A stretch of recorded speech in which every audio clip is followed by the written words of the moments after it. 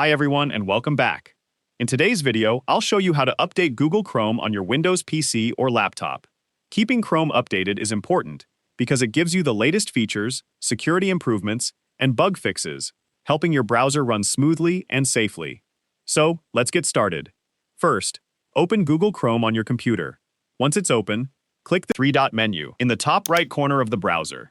From the drop-down menu, click Settings.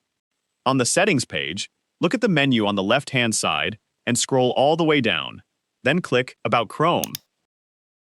As soon as you open the About Chrome page, Chrome will automatically check for updates. If a new version is available, it will start downloading and installing it automatically. Just wait a few moments for the process to finish.